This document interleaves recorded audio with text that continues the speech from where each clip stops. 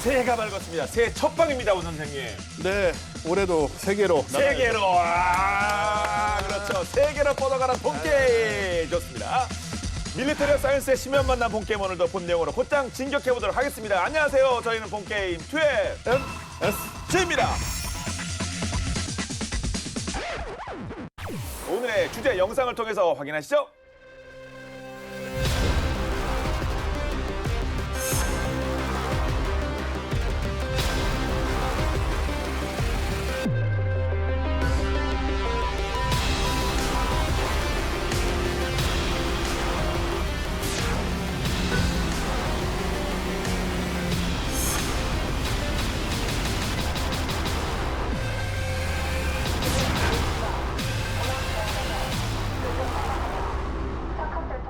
상서로운 기운을 가진 푸른뱀의 해 2025년 을사년이 밝았습니다. 일단 모두 새해 복 많이 받으십시오. 네. 자, 2024년 스톡홀름 국제평화문제연구소의 발표에 따르면 한국이 세계 10대 무기 수출국에 진입을 했습니다. 다시 한번 박수! 그런데 아직은 우리가 계속 배고파요. 맞죠? 이제 시작이죠. 그렇습니다. 왜냐? 우리 대한민국은 직강끝의 그런 정신으로 2027년까지 세계 4대 방산 강국으로의 도약을 목표로 하고 있기 때문에 더욱 그렇습니다. 그런데 또 조짐이 좋아요. 최근 K방산의 위상이 한층 높아졌음이 이제 피부로 와닿는 그런 소식이 있었는데 작년이었죠. 11월 12일에 경북 포항 앞바다를 항해하던 대한민국 해군의 대형 수송함 우리의 독도함에서 미국 대형 무인기 모하비의 이륙 시험이 이제 진행됐다 이런 소식이 있었어요. 예, 그렇습니다. 일단 사진을 좀 보시면은요. 네. 자, 보시면 태극기와 성조기를 같이 장착한 무인기. 자, 이게 미국 제너럴 아토믹사가 개발 중인 최신형 그다음에 대형 무인기 모하비의 시제기인데요. 이게 실제 이제 바다 위에 떠 있는 독도함에서 이륙 시험을 하는 장면입니다. 최신형, 그것도 시제기. 예. 자, 이제 갑판으로 올라갑니다. 예. 이 독도안의 비행갑판 길이가 약 150m인데요. 이날 모하비는 비행갑판을 약 90m 정도 질주한 이후에 가뿐히 이륙을 했습니다. 예, 150m 쓰지도 않고서. 예, 90m 만에 이륙을 했고, 그래서 이제 그 해군 항공사령부의 통제를 받으면서 포항 해군기지 8주로에 착륙을 했습니다. 이 모하비는요, 하늘의 암살자로 불리는 미국의 킬러 드론 MQ-9 리퍼와 그 주한미군도 지금 운영하고 있는 MQ-1C 그레이 이글 ER, 그러니까 익스텐드 레인지, 이거를 대체할 수 있는 기종으로요. 이 제너럴 아토믹사가 단거리 이착륙형 스토리라고 그러죠. 이 단거리 이착륙형으로 개발 중인 무장형 감시 무인기입니다. 리퍼, 그레이 이글 ER의 항공 전자 장비와 비행 통제 체계를 기반으로 개발이 됐고요. 동체는 그레이 이글 거를 거의 그대로 활용을 했습니다. 이 모하비 시제품의 개발 완료까지는 4년을 좀 더 기다려야 하는 것으로 알려지고 있는데 도입 비용은 대당 300억 원 안팎으로 알려지고 있어요. 현재 리퍼는 미 공군, 그레이 이글은 미 육군이 운영하고 있고요. 모하비 개발이 완료되면 미 해군도 무인기를 함재기로 운영할 수 있게 되는 겁니다. 그렇군요. 네, 그래서 이번 이함 실험은 프레데터, 리퍼, 그레이 이글, 모하비로 이루어지는 미국 무인기 개발의 주역인 제너럴 아토믹사에서 우리 해군의 제안에서 성사가 됐다고 해요. 우리 함정에서 대형 고정익 항공기가 이륙한 거는 해군 창설 이래 최초의 일입니다. 예. 그래서 세계적으로도 이제 2023년 11월에 영국 경항모인 퀸 엘리자베스 2번 함에 이어서 두 번째로 이렇게 무인기가 이륙을 한 것이고요. 우리 해군 관계자들은 이번 이륙 실험을 앞두고 2개월 동안 독도함에서 관제 및 운영 준비를 한 걸로 알려져 있습니다. 예. 아까 모하비, 태극기 보였고, 성조기 보였고, 저 하나 로고인가요? 그런 것도 보였던 것 같은데 맞나요? 제가 제대로 본 거 맞습니까? 네, 한화 측이 아직 이제 구체적인 협력 내용을 밝히기는 어렵대요. 그 로고는 맞고요. 그렇군요. 역시. 예. 어려운 입장이긴 한데 이 제너럴 아토믹 그 GA사가 세계에서 가장 앞선 드론 업체 중에 하나이기 때문에 뭔가 협업을 통해서 우리 기업들의 기술 발전을 꾀하는 것이 아니냐 이렇게 예상할 수 있죠. 네, 고정익 무인기, 회전익 무인기가 있는데 고정익 무인기는 또 그 나름의 어떤 그 장점은 뚜렷하잖아요. 그렇죠. 근데 이 고정익 무인기는 뭐 좀 전혀 다른 개념인데 일단은 뭐 보시는 것처럼 훨씬 항공기에 가깝게 생겼으니까 빠른 속력하고 넓은 활동 범위를 갖고 있고요. 이 함상의 고정익 무인기를 통해서 감시 정찰이나 타격 임무를 진행을 하게 되면 작전 반경이나 시간이 비약적으로 늘어나게 됩니다. 작전 반경의 경우는 회전익 무인기에 비해서 2배 이상이다. 이렇게 얘기할 수 있고요. 그리고 육상에서 날릴 때는 아무래도 바람의 영향을 이륙할 때 받게 되기 때문에 네. 불편함이 있는데 배 위에서 띄우면은 이륙에 유리한 방향으로 배를 돌려서 맞춰서 바람을 그렇죠. 예. 활주로를 돌릴 수는 없으니까 배는 그러니까요. 돌아가니까요. 그러네요. 바람을 탈 수 있기 때문에 이 무인기를 띄울 때 장점이 확실히 있고요. 그래서 이번 그 이함 실험 결과를 예의주시하는 나라들이 많았습니다. 특히 이제 최근 세계적으로 대형 항공 갑판을 갖춘 그 LHD, LHA형 강습 상륙함이 꾸준히 증가하고 있는 추세이기도 하고요. 미스트라급 강습 상륙함을 사용하는 프랑스나 이집트나 또 러시아, 인도, 이란 이런 나라 등이 예. 함정 규모에 적합한 무인기를 자체 개발을 하거나 도입을 해서 무인기 모함 운용이 가능한 나라로 지금 꼽히고 있거든요.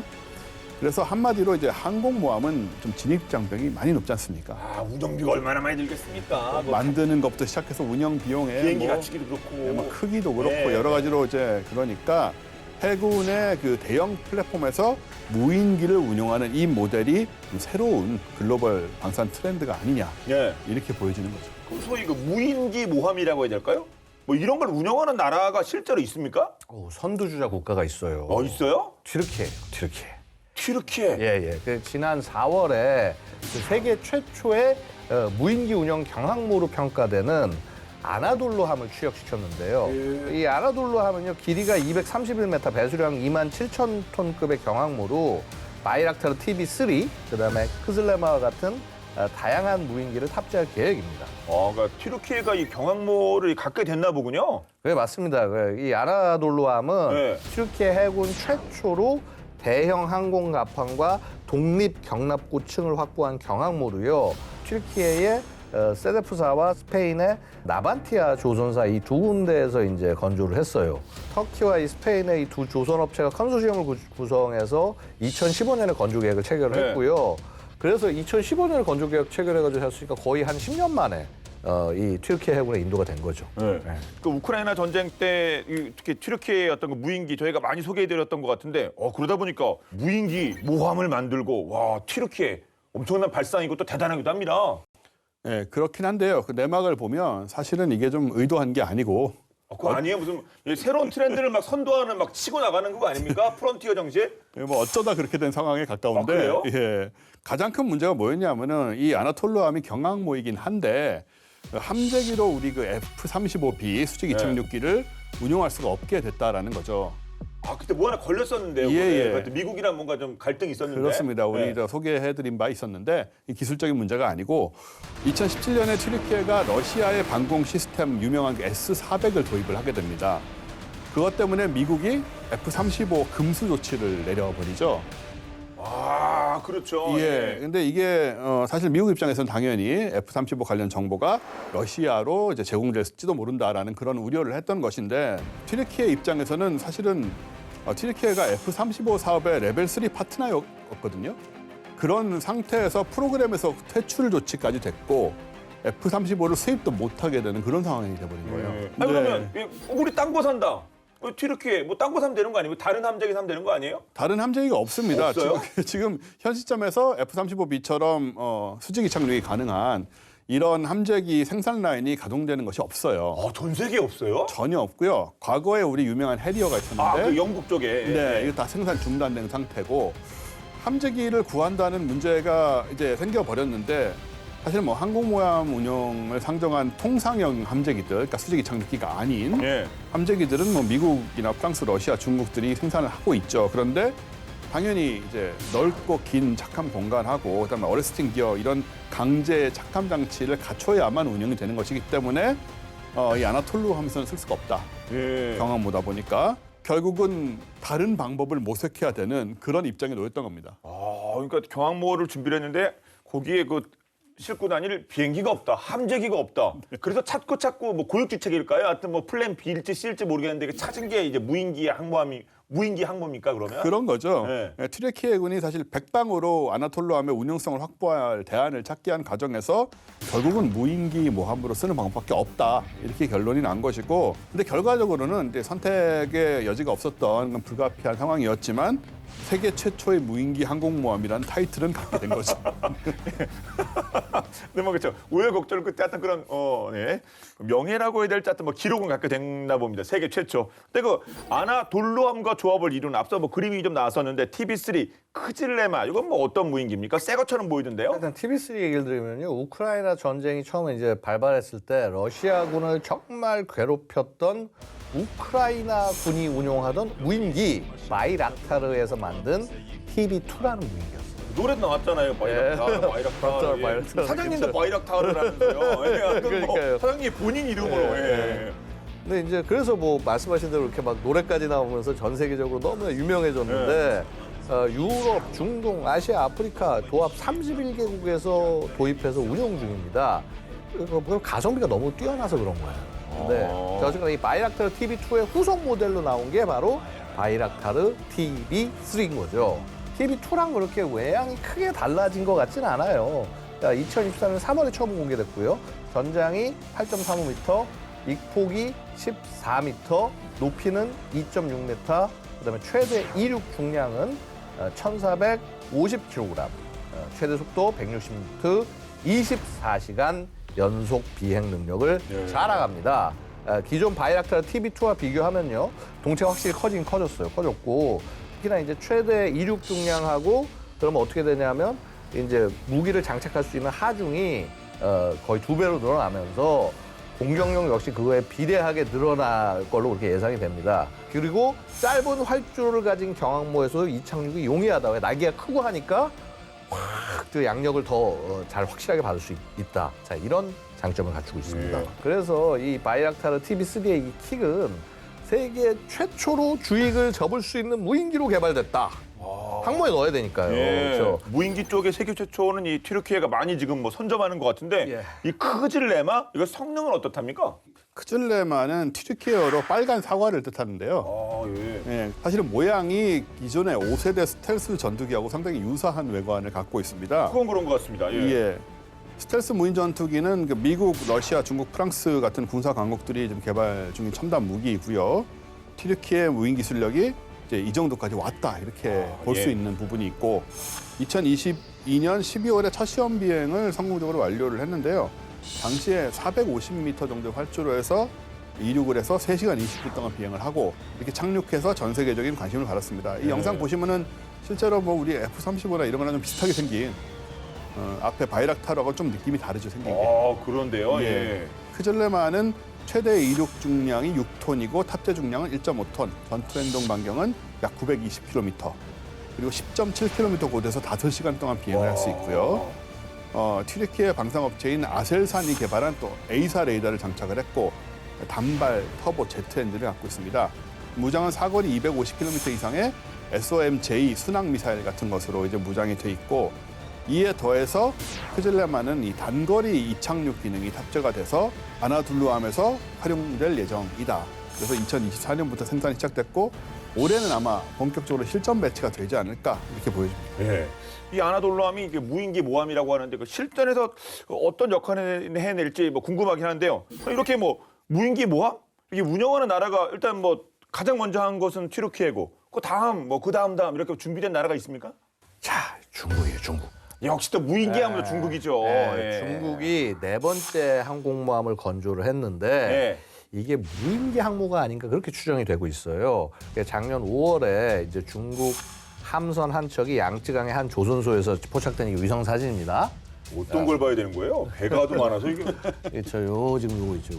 얘요? 예. 예. 횡하네요. 예, 횡합니다. 이렇게 횡한 건 뭐겠습니까? 여기서 뭔가 띄우려고 횡한 거. 꽉 채우면 이게 항모가 될 수 없죠. 그렇죠. 예.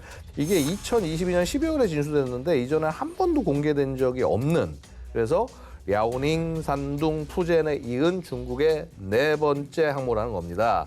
이 함선의 이 특징이 뭐냐면요, 일반적인 항모보다 규모가 상당히 작아요. 그러니까 미국이나 혹은 중국 해군이 갖고 있는 대형 항모 길이로 비교하면은 약 길이는 3분의 1, 폭은 절반에 불과해요. 물론 이제 고정익기가 이착륙이 가능한 규모이긴 한데 갑판이 비스듬하지 않고 직선형인 거예요. 그래서 일반적인 항공모함의 경우에는 이제 선수의 경사로가 있어서 함재기가 공중으로 떠오르는 데 도움이 되는 구조. 그러니까 스키 점프 같은 것들을 이제 특히나 이렇게 짧은 배 같은 경우 만들어 놓게 되는데 함재기 경납고 공간, 엘리베이터 이런 것도 좀 잘 안 보이고요. 일반적인 항모 설계에서는 확실히 벗어나 있긴 한데 이거 무인기 전용인가 하고 딱 쳐다보면은 답이 나온다는 거죠. 아, 예. 그래서 이제 비행갑판은 이제 날개 폭이 약 20m 정도가 되는 무인기를 운용하기에 충분히 넓은 크기다. 이렇게 보여지고 있습니다. 예. 사실 뭐 중국이 무인기 강국, 뭐 드론 강국이니까 뭐 충분히 이런 쪽으로 준비를 했을 것 같기도 하네요. 그렇죠. 뭐 아시다시피 전 세계 민수용 무인기의 70%를 중국 내에 뭐 수천 개에 달하는 이 기업이 생산하고 네. 있는 상황이고, 그리고 중국은 미국의 공격용 무인기 리퍼를 흉내낸 그 공격용 차이홍 5 이걸 개발을 해서 지금 보시는 것처럼 뭐 리퍼와 구별이 전혀 되지 않는 이걸로 이제 수출 시장에서 재미를 많이 봤죠. 예. 스톡홀름 국제평화문제연구소의 자료에 따르면 지난 10년 동안 중국은 중동과 아프리카 쪽을 중심으로 16개국에 220대의 공격용 무인기를 공급을 했습니다. 뭐 가성비가 중요하겠습니다만 그 규모만 엄청나네요. 네, 뭐 일단 가성비가 굉장히 중요한데 네. 또 틈새를 공략을 한 건데요. 예. 미국의 그 수출 통제의 공백을 파고들었다 이렇게 얘기할 수 있는데, 중국의 차이용 5는 리퍼의 절반 가격입니다. 일단 와, 화끈하네요. 예, 일단은 반값. 반값이니까 예. 뭐한 블랙 프라이데이가 아니어도 반값. 예. 대 살 돈으로 두 대를 산다라는 그러니까요. 예. 원 플러스 원. 예. 그런 개념이고, 그리고 미국이 아무래도 리퍼 같은 경우에는 핵심 우방국에만 공격용 무인기들을 판매를 하고 있기 때문에 그 공백이 바로 중동과 아프리카 아니겠습니까? 그렇겠네요. 예, 이쪽에 무인기 수출을 많이 늘려가고 있다 이런 분석이고요. 이 차이용 5는 날개 길이는 21m, 페이로드 1톤 1000kg, 그리고 최대 이륙 중량 3톤, 상승 고도 9,000m, 채공 시간 최대 60시간, 거의 뭐 이틀 반이나 되네요. 예. 와. 그리고 항속 거리가 10,000km나 됩니다.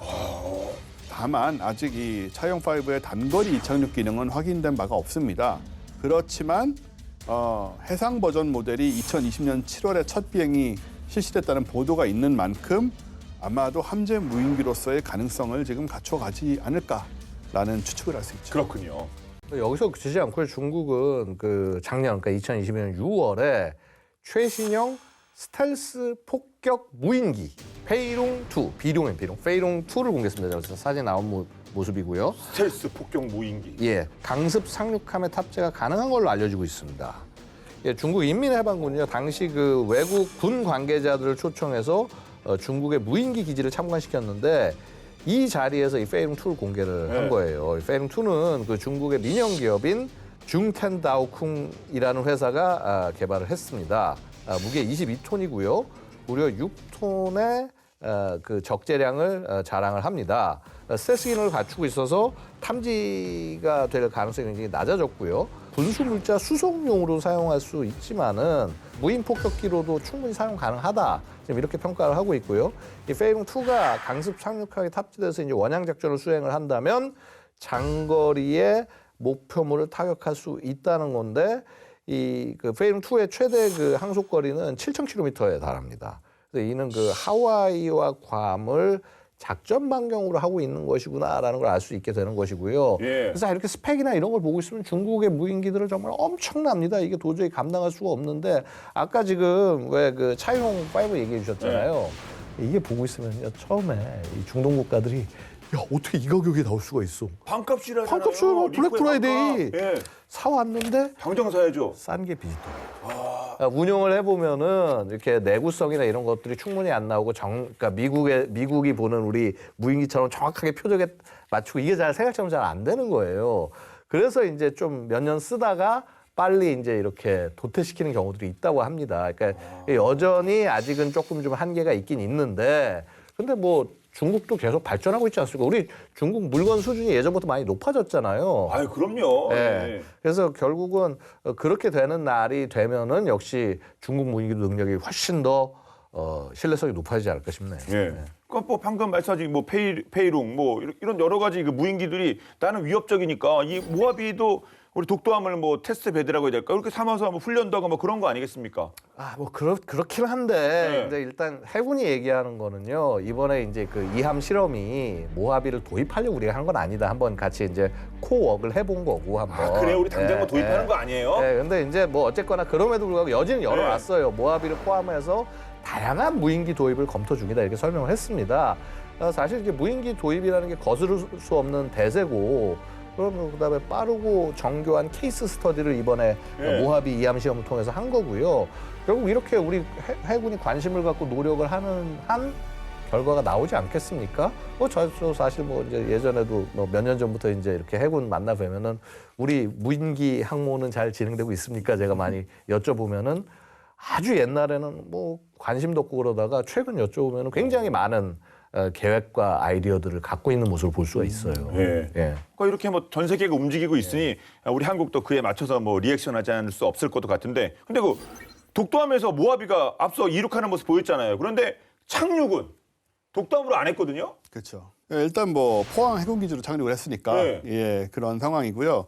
이게 왜냐하면 독도함의 비행 갑판 폭이 21m인데 모하비의 날개 폭이 16m입니다. 거의 꽉 차는데요. 예, 아무래도 안전상의 이유가 좀 있을 가능성이 바람만 있어서. 좀 불어도 이거 주작이 날개 치겠는데요. 예, 사실은 착륙하면 안 되죠, 이런 상황에서는. 네, 네. 그래서 함상 착륙 시험은 하지 않았다, 이렇게 얘기가 되고 있고. 근데 개발자들에 따르면 앞으로 모하비의 활주로 인식 시스템이 더 정교하게 개선된 후에는 컴퓨터 AI 쪽이죠. 개선된 다음에는 이제 독도함 정도의 갑판 폭에도 충분히 착함할 수 있을 것이다 라고 예상이 되지만 4, 5년 내에는 좀 어렵지 않겠느냐 이렇게 예. 전망을 하고 있습니다. 모하비 자체가 아직까지 뭐 개발 중이라고 했으니까요. 아니 근데 꽉 찼는데 그걸 어떻게 국도 옮겨 헬기를 이렇게 들어서 옮겼을까요? 어떻게 독도함에는 이렇게 갖다 놨대요, 모하비를? 뭐 이런 경우에는 가장 안전한 방법은 이제 뜯어가지고 가져가는 거죠. 아, 그 배에서 조립해요? 예.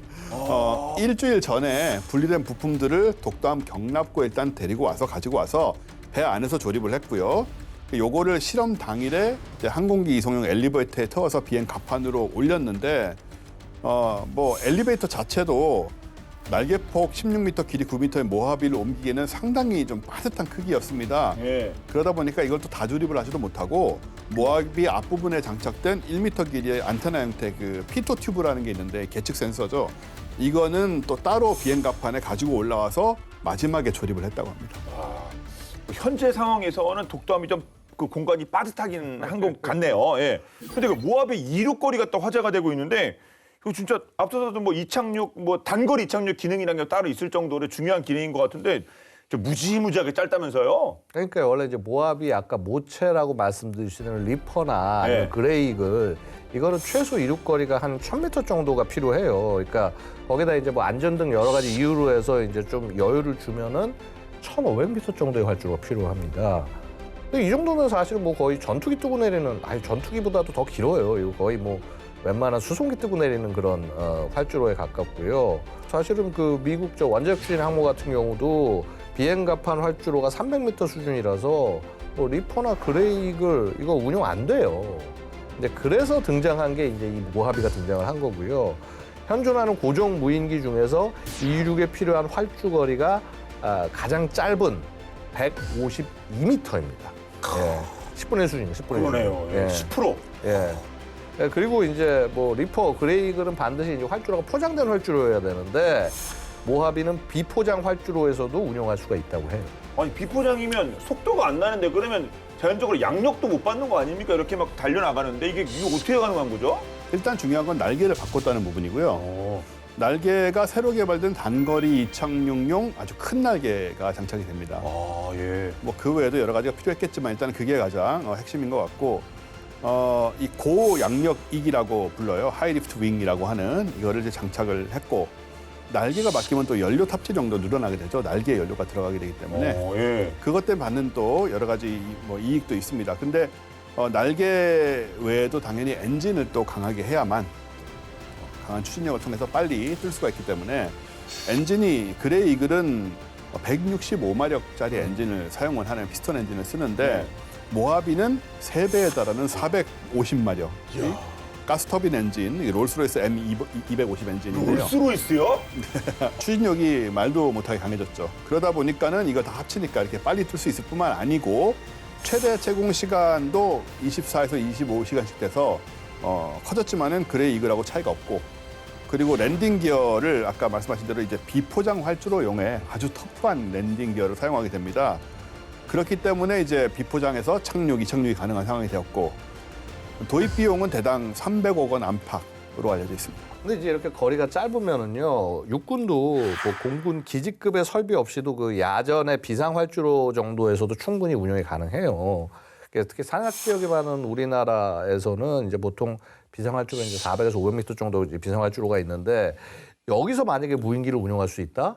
이건 말도 못하게 큰 장점이 되는 겁니다. 100몇 미터면 우리가 급하면 우리 예전에 또 우리 작업 많이 우리가 그러니까요. 평탄호 아닙니까? 이거 충분히 그쵸. 가능해요. 아니, 공병 없이도 가능할 수 있습니다. 웬만한 땅에서는. 공군 활주로 막 2에서 3km 쫙 네. 해야 되는데 그냥 이렇게 네. 간이 활주로 이런 데서 움직일 수 있다? 충분히 저희가 하죠. 네, 우리. 그러니까. 게다가 이제 막 저 보통 일반 항공기 같은 거는 그 FOD 그래서 막 이게 튀는 물질 같은 거 있으면 항공기가 상하니까 막 그거 막 치우느라고 정신없고 그런데 이제 아무래도 이제 좀 터프하게 움직일 수 있을 것 같고요. 자, 어쨌거나 육군 입장에서도 상대가 예상하지 못하는 곳 혹은 갑자기 전개돼서 비행장 확보가 안 된 곳에서도 고성능 무인기를 운용해서 작전에 큰 도움이 되게 할 가능성을 이렇게 열어준다, 이런 장점이 있습니다. 그래서 실제 이제 모하비는요, 미 육군과 해병대에서 정말 깊은 관심을 가지고 있는 그런 이템이다, 이렇게 말씀드릴 수 있습니다. 미 육군 해병대도 관심 갖겠습니다. 제가 들어보니까 진짜 산악 지형이 많은 우리 한국 대한민국 육군에도 필요하기 때문에 본 게임이 주시하고 있겠습니다. 예. 근데 모하비는 아무튼 그 카테고리가 무장형 감시 무인기. 그런데 무장이 뭐 써야 될 거 아닙니까? 무장은 어떻답니까? 이륙거리가 짧아져서 아무래도 좀 탑재 중량이라는 게 줄어들 것 같지만 별 차이가 없어서. 그리고 가격도 별로 안 올라간 것 같은데. 네네. 예. 신형 엔진 달았고 또 날개 양력 높여 놓은 덕분에 최대 탑재 중량이 1.5톤이라서 리퍼가 1.7톤이니까 뭐 큰 차이가 없다라고 볼 수 있고요. 7개의 무장 장착대 헬파이어 미사일을 최대 16발까지 탑재할 수 있고, 또 전자 광학 카메라, 영상 레이더, 지상 표적 지시기, 신호정보 수집 장비를 다 탑재를 해서 감시 정찰 임무도 수행 가능합니다. 이게 2가지 모드로 나눠서 운영을 하는 건데, 무장 모드에서는 이렇게 헬파이어 미사일 같은 거 잔뜩 붙이고 올라가는 거죠. 네. 그런 경우에는 9시간 정도, 그리고 감시 정찰 모드에서는 20시간이 가능하기 때문에 사실 공격과 감시 정찰 임무를 2가지를 다 따로 하지만 함께 수행할 수가 있습니다. 예, 정말 다목적 기능을 수행해낼 수 있겠네요. 현대전에서 게임 체인저가 된 무인기가 육군 공군에 이어서 해군에서도 매력적인 카드로 급부상하는 분위기인데요. 이런 추세라면 무인기와 유인기의 공중전, 이것도 그 영화에서만 나올 것 같지 않은데요. 그런데 이미 한참 전에 유인기와 무인기가 한바탕 붙은 적이 있다고 합니다.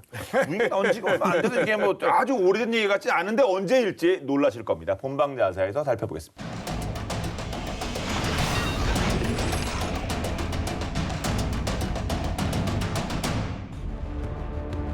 1956년 8월 16일 평화롭던 미국 캘리포니아의 LA 시내가 아주 소름 끼치고 기괴한 소리로 뒤덮입니다.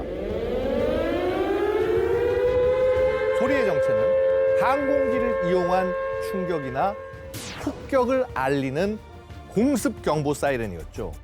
적 항공기가 LA 상공에 접근 중이라는 의미였습니다.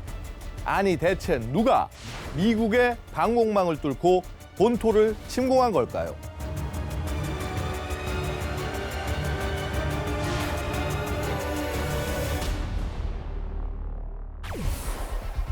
미국 본토를 침공한 항공기의 정체는 바로 무인기였습니다. 놀랍게도 1950년 당시 미 해군은 이미 무인기를 활발하게 운영하고 있었습니다. 하지만 요즘같이 감시 정찰하고 적을 공격하는 용도가 아닌 각종 미사일의 무선 조정 무인 표적기로 운영했죠. 미국도 무인기를 공격용으로 운영하지 못하던 시절에 대체 누가 무인기를 공격용으로 사용한 걸까요? 사건의 전말은 이러했습니다. 당시 미 해군은 제2차 세계대전 때 일본의 제로센 전투기를 상대로 맹활약했던 F-6F 헬캣을 무인 표적기로 개조해 운영했습니다. LA 도심에 공습 경보가 울린 당일도 미 해군은 헬캣을 이용한 미사일 시험 사격을 진행하고 있었죠. 평상시 사격 시험 때처럼 한 대의 헬캣이 무선 조종으로 이륙한 뒤 비행을 시작했습니다. 이제 이 헬캣은 태평양 쪽으로 이동해 신형 에임7 공대공 미사일의 표적으로 파괴될 운명이었죠. 그런데 여기서 문제가 발생합니다. 비행을 시작한 헬캣이 무선 조종에 전혀 반응하지 않는 것이었죠.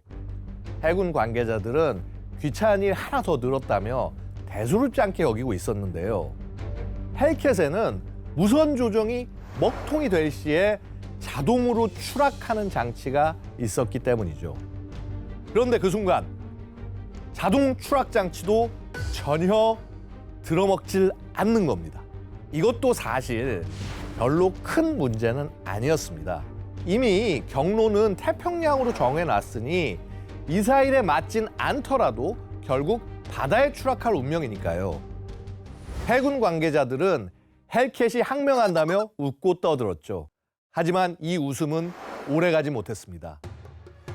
헬캣이 갑자기 기술을 돌려 LA로 향했기 때문이죠.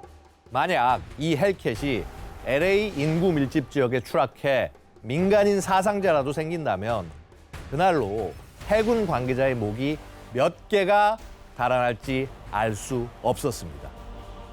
당장 헬캣을 요격해야 했던 해군은 공군에 SOS를 요청합니다. 이에 LA에서 몇 킬로미터 떨어진 옥스나드 공군기지에서 F-89D 스콜피온 부대가 헬캣의 반란을 저지하기 위해 즉각 출격했죠. 그리고 이들은 최대한 빠르게 상승해 900m의 상공에서 자유의지를 갖고 비행 중인 헬캣을 발견합니다. 당시 스콜피온은 레이더로 표적의 방향과 속도를 알아내면 그걸 컴퓨터가 계산해 적기의 위치를 예상하고 공격하는 최첨단 요격 시스템을 갖추고 있었습니다. 게다가 무유도 로켓이지만 한 대당 104발의 마이티마우스 로켓까지 탑재하고 있었죠. 그런데 스콜피온이 헬캣을 요격하기 위해 조준하는 순간 사격 통제 장치가 조준을 거부했습니다. 헬캣을 응원이라도 하듯 하필 이 중요한 순간에 고장이 나버린 것이죠. 이제 조종사들은 수동으로 헬캣을 조준하고 발사해야 하는 처지에 놓였습니다. 스콜피온에는 공대공 조준경조차 없었습니다. 사실상 그냥 감에 의존해서 로켓을 발사해야 하는 상황이었습니다. 멘붕도 잠시.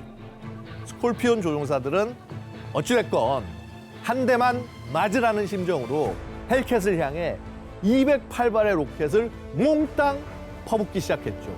그 순간 헬캣은 F-22 랩터 뺨치는 화려한 회피 기동을 선보입니다. 그러나 날개에 딱 한 대의 유효타를 허용하고 맙니다. 이제 진짜 끝났구나 생각하시겠지만 이게 무슨 운명의 장난인가요? 유일하게 맞은 로켓마저 자폭을 거부하며 도탄되어 버립니다. 208발의 로켓을 죄다 써버리고도 헬캣을 요격하지 못한 스콜피온은 연료가 바닥나고 있던 탓에 기지로 복귀합니다. 그러자 기가 막히게도 헬캣도 연료 부족으로 인해 천천히 나선을 그리며 다행히 사막으로 추락하기 시작했죠.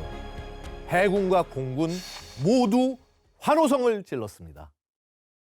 과정은 순탄치 못했지만 어찌됐든 인명피해 없이 헬캣의 반란이 마무리됐으니까요. 그런데 잠시 후 해군과 공군의 항의 전화가 빗발쳤습니다. 원래라면 헬캣을 향해 퍼부은 208발의 무유도 로켓은 바닥에 떨어지기 전에 자폭해야 했는데요. 그런데 헬캣과 스콜피언에 이어 로켓들마저 자폭 명령을 거부한 탓에 LA 도심을 폭격해버린 겁니다. 그로 인해 4제곱킬로미터 면적의 대화재가 발생했고 석유 창고가 직격당해 폭발했으며 심지어는 공원과 도심에 떨어져 차량과 민가가 완전히 박살나버렸죠. 천만다행으로 인명피해는 없었다고 하는데요. 모든 사건의 원흉인 헬캣은 추락 과정에서 송전탑의 전선 3개를 끊어먹었다고 합니다. 이 희대의 무인기 대 유인기의 대결은 사실상 무인기의 판정승으로 끝났는데요. 악재가 겹치고 겹쳐 만들어진 해프닝이지만 무인기의 위력을 다시 한번 느낄 수 있는 사건인 것 같습니다.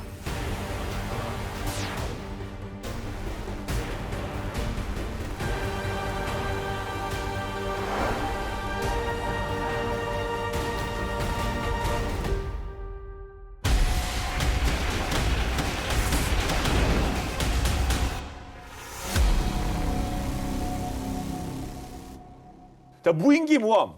우리 해군에게도 굉장히 장점 많은 이제 모델이 될 것 같은데, 독도함에게 폭이 좀 안 맞아가지고 그 모하비가 그 착함 이함을 다하지 못한 게 좀 아쉬움이 남긴 하는데, 그러면 사이즈를 좀 키운, 그럼 또 경항모 얘기가 나올 수밖에 없는 거 아닙니까 이거? 2023년 12월 국방부가 발표한 2024년부터 2028년까지 이 5개년간의 국방중기 계획에 따르면 경항모 사업 예산안은 0원이었습니다.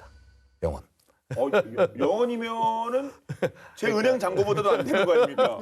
웬만한 사람이 마이너스가 아닌 이상 어떻게 예산이 그것도 1년도 아니고 2024부터 2028년 예. 거의 4, 5년간에 걸친 예산이 합쳐서 0원입니까?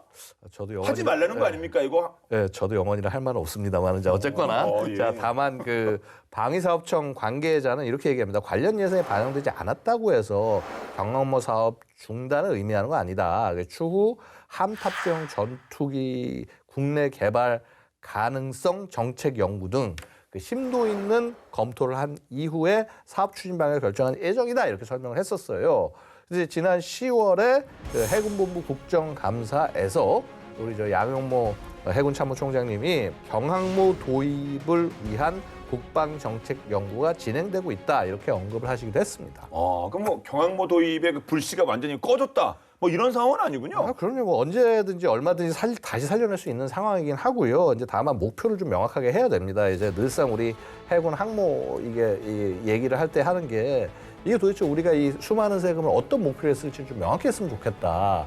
그래야 국민들도 환호를 보면서 같이 응원을 할 거다라고 말씀드리고 있고요. 올해 트럼프 정부 출범하잖아요. 그렇죠. 네, 네. 트럼프 정부가 이제 중국 견제에서 이 한국이 좀 역할을 수행해야 한다 이런 압력이 굉장히 거셀 걸로 전망이 돼요. 그래서 이제 이런 거에 응하는 차원에서 한번 항모 도입을 재추진하면 어떻겠냐. 그러니까 이런 거죠. 그러니까 우리 예전에는 우리가 왜 이렇게 많은 돈을 써서 항모를 만들어야 돼? 뭐 예를 들어서 뭐 주한미군 무슨 뭐 방위 분담금을 뭐 더 내라 이런 얘기 나올 수도 있는데 그렇게 하지 말고 우리가 이번 기회에 항모 만들어가지고 해서 중국 견제하는 거 같이 도와줄 테니까 더 큰 역할을 한다. 더 역할을 하니까 이거 뭐 방위 분담금 얘기할 게 아니야 이거. 돈으로만 따질 거 아닙니까? 우리가 그쵸. 뭘 준비를 하면 될 거 아닙니까? 갖추면 될 거 아닙니까? 그렇죠. 이제 그런 식의 이제 의견들도 나오고 예, 있는 거예요. 그래서 이제 원래 그 대형 수송한 3번 함으로 건조 계획됐던 백령도함, 그 F-35B 수직 이착륙기가 이착륙할 수 있도록 갑판을 확보한 그런 그 3만 톤급의 경항모를 추진하려고 원래 했었어요. 계속 얘기들이 계속 나오고 있으면서 하는 게 이러지 말고 이제 고정으로 그 이착륙할 수 있는 그래서 뭐 캐터펄트 같은 시스템이 있어야겠지만 그래서 그런 항모로 아예 중형 항모로 만들자라는 의견들도 나오고 있고 그럼 이제 무슨 함재기를 뭐 실을 거냐?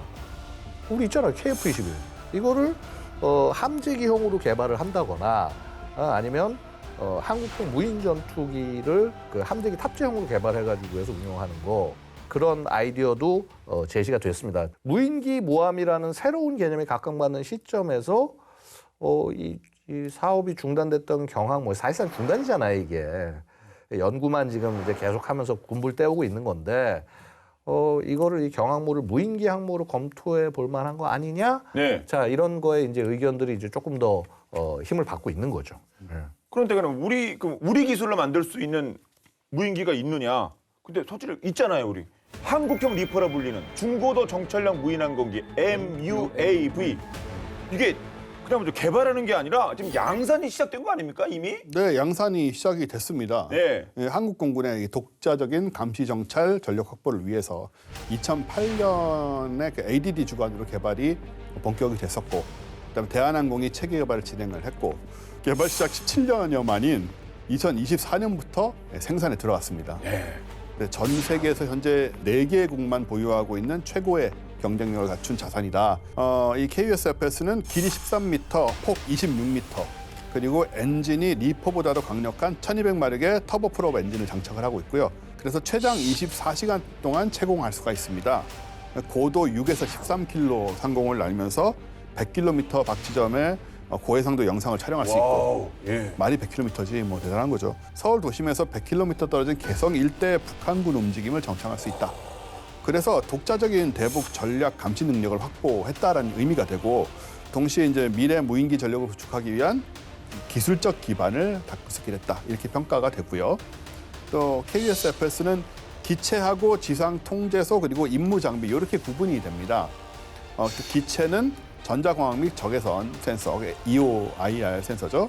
그리고 합성 계구 레이더, SAR 레이더 이렇게 탑재를 하게 되는데, KUSFS는 이런 센서들을 다 탑재를 해가지고 임무 경로를 따라서 이제 자동 비행을 하게 돼 있고, 또 수집된 영상 정보는 지상 통제소로 송신이 됩니다.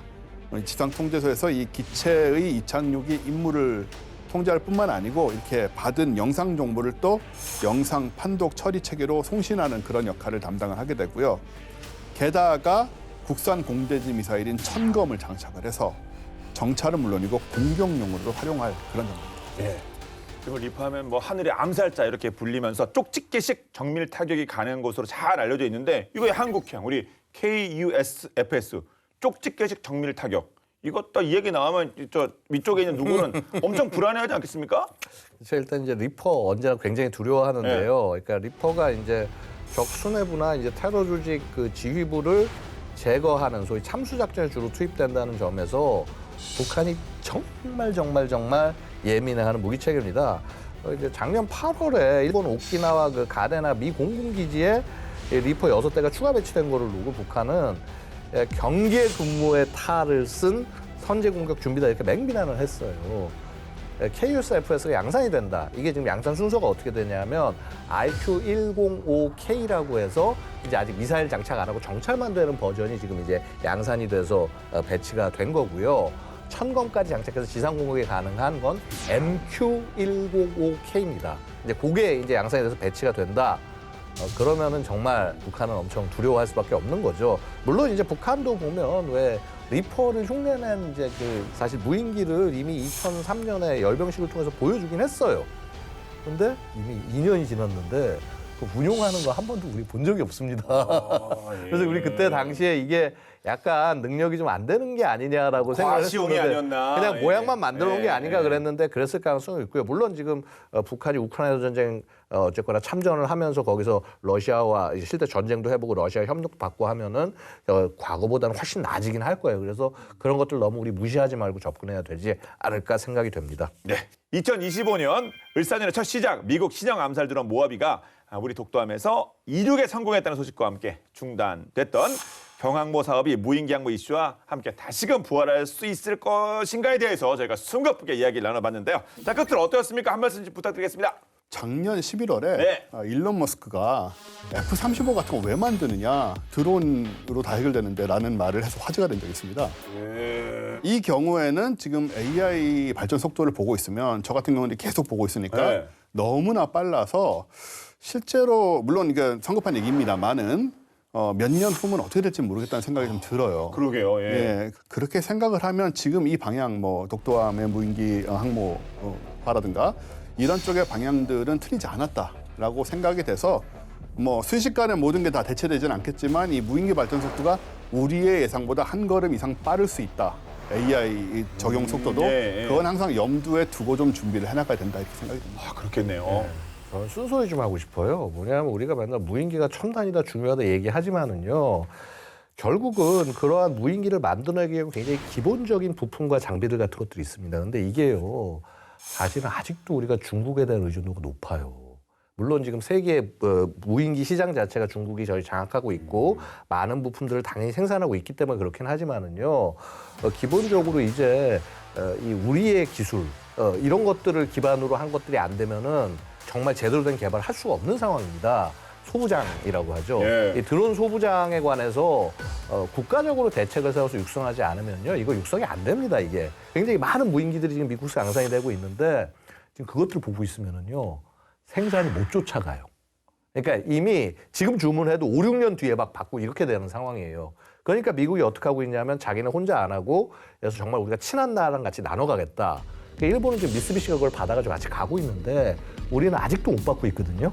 그래서 이런 부분들을 봤을 때는 약간 이 드론 얼라이언스, 그 미국이라든가 기타 드론 선진국들과 같은 전략적 방향성을 갖고 있는 이런 나라들과 전략적 제휴와 협력을 통해 가지고 해서 큰 그림을 만들어야 된다. 그래서 막 무슨 첨단이다 뭐다 얘기하기 전에 제발 펀더먼탈부터 좀 키우시라.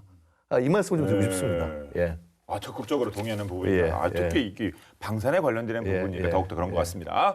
자, 오늘 본게임은 여기까지입니다. 본게임은 OTT 웨이브와 KFN 유튜브를 통해서 언제든지 시청 가능하니까요. 많은 활용 부탁드리겠습니다. 다음 수업도 화끈한 내용으로 돌아오겠습니다. 지금까지 저희는 본게임 2의 지였습니다. 고맙습니다.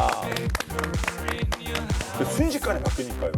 드론, AI 이거 몇 년 안 됐지 않습니까? 그리고 AI 기술도 진짜 좀 신경 많이 써야 되는 게 2022년에 미 공군의 AI 드론 시뮬레이션이 잘못돼가지고 좀 뭐 조종사를 공격하고 이런 식의 이상한 상황이 있었어요. 그렇죠. 뭐 이렇게 신호 단절 후에 막.